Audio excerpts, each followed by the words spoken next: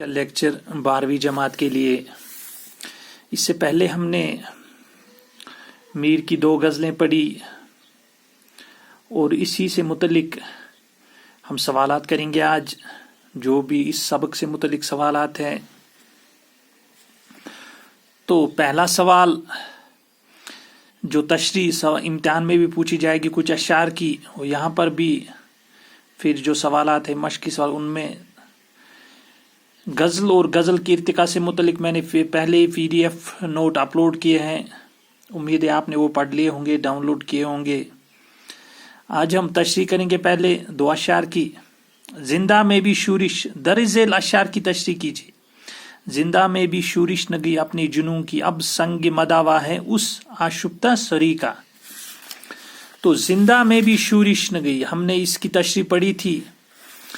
زندہ جو قید خانہ ہوتا ہے اپنی جنوں کی، اب سنگ مداوا ہے اس آشفتہ سری کا۔ تو زندہ میں بھی اس میں شورش نہیں جاتی ہے، جو اس کے اندر جو جنون ہے یا جو بھی اس کے اندر جو شدت ہوتی ہے وہ اس کے اندر ختم نہیں ہوتی ہے محبت کی، یا جو بھی جنون اس کے اندر ہے۔ اب سنگ مداوا اس آشفتہ سری کا، اب میں یہ سر ٹکرانا چاہتا ہوں، شاعر فرماتے ہیں، اور امتحان میں آپ کو لکھنا ہے کہ یہ شعر میر کی غزل سے لیا گیا ہے۔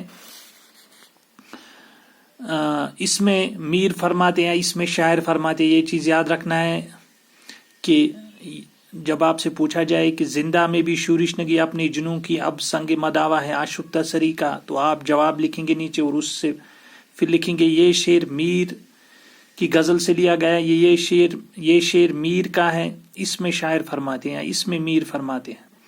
تو قید خانے میں بھی جو اس کی جنوں کی شدت ہے وہ نہیں گئی، شاعر فرماتے ہیں کہ میری جنوں کی شدت وہاں بھی ختم نہیں ہوئی۔ اس جنوں کو ختم کرنے کا طریقہ یا یہی سب ہو سکتا ہے کہ میں پتھر سے سر ٹکراؤں، یعنی اب ساری پریشانیوں کا علاج کیا ہے؟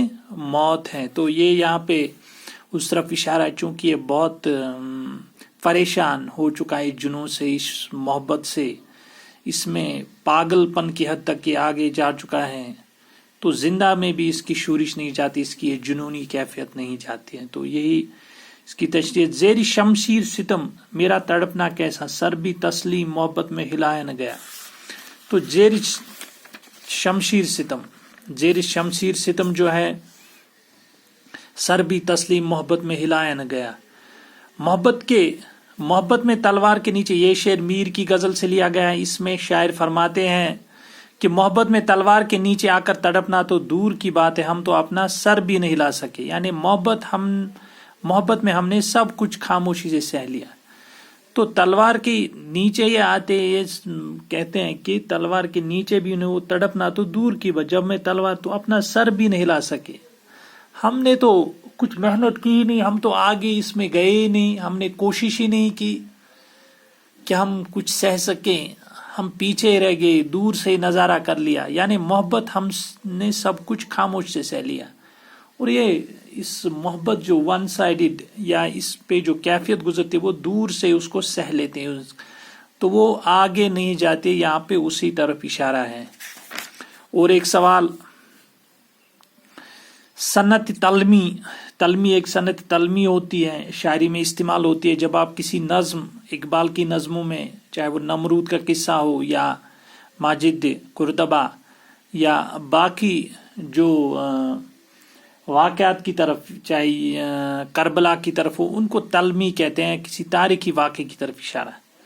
تلمی سے مراد ہے شاعری میں کسی تاریخی یا نیم تاریخی واقعے کی طرف اشارہ کرنا۔ ہمیں تاریخی یاد رکھنا ہے، نیم تاریخی ضروری نہیں لکھنا ہے، کہ تلمی سے مراد ہے شاعری میں کسی تاریخی واقعے کی طرف اشارہ کرنا۔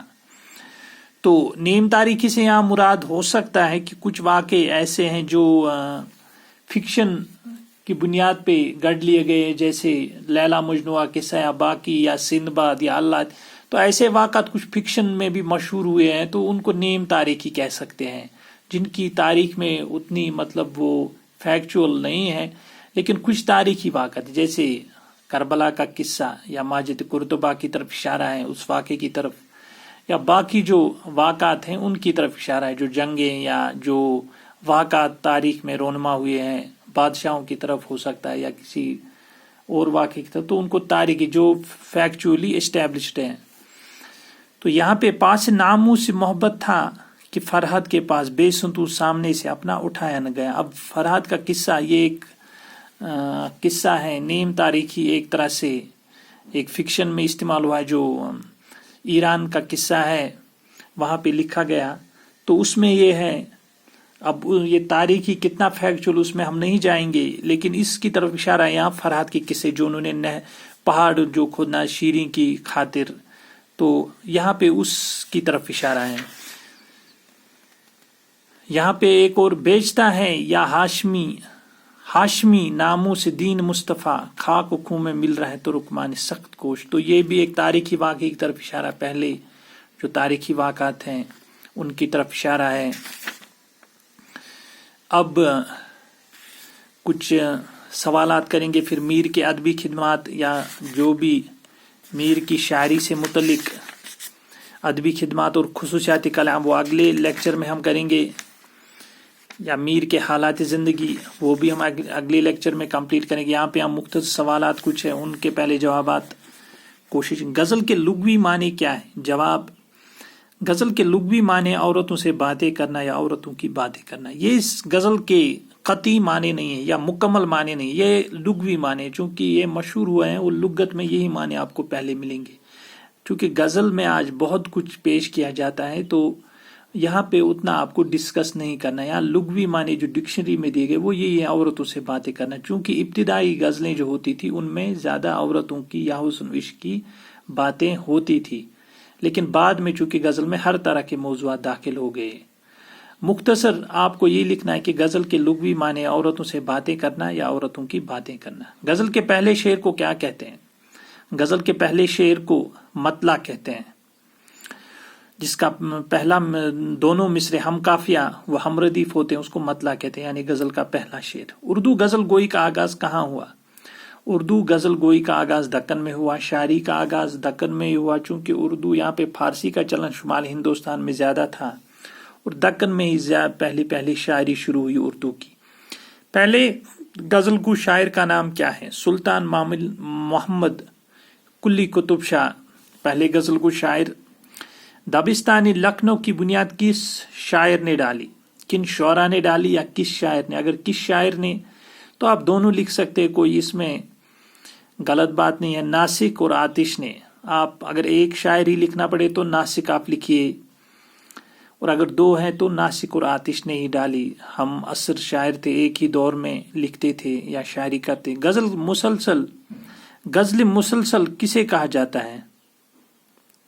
جواب، غزل مسلسل اس غزل کو کہتے ہیں جس میں موضوع کا تسلسل ہو، یعنی اس کے سبھی اشعار ایک ہی موضوع پر لکھے گئے ہوں. ایک طرح سے نظم کی طرح ہوتی ہیں، لیکن اس میں چونکہ غزل کا ایک فارم استعمال کیا جاتا ہے تو اس میں آپ کو اگر 10 شعر لکھنے ہیں تو ایک ہی موضوع پہ، اور غزل کا قافیہ ردیف ان چیزوں کا خیال رکھنا اور مطلع مقطع، تو اس میں اس چیز کا لیکن موضوع ایک ہی ہوتا ہے. جو باقی غزلوں میں تو کیفیت ایک طرح کی ہوتی، لیکن ہر شعر الگ نکال، اس میں نہیں ہوتا ہے وہ. اس میں آپ کسی ایک موضوع پہ لکھیں گے، کوئی سماجی موضوع یا اپنا انفرادی موضوع جو اپنا انفرادی جذبہ، تو ایک ہی موضوع کوشش کریں گے کہ اسی پہ غزل رہے. ادھر ادھر جیسا کہ باقی غزلوں میں ہوتا ہے کہ کبھی ایک شعر کسی دوسرے موضوع پہ بھی ہو جاتا ہے، بیچ میں آپ پڑھیں گے 5-6 شعر غزل کے، 5 شعروں میں 2-3 شعر ادھر ادھر ہوتے ہیں. تو غزل مسلسل میں ایک ہی موضوع پہ شاعری ہوتی ہے. شکریہ. یہ آج کا لیکچر، اور آنے والے لیکچر میں ہم کچھ اور سوالات کریں گے اس سبق سے متعلق، چونکہ میر کے حالات زندگی تھوڑا بہت اور ادبی خدمات خاص کر اس پہ ابھی ایک لیکچر کی ضرورت ہے. ابھی خصوصیاتی کلام تو ان پہ بات ہوگی انشاءاللہ اگلے لیکچر میں. شکریہ.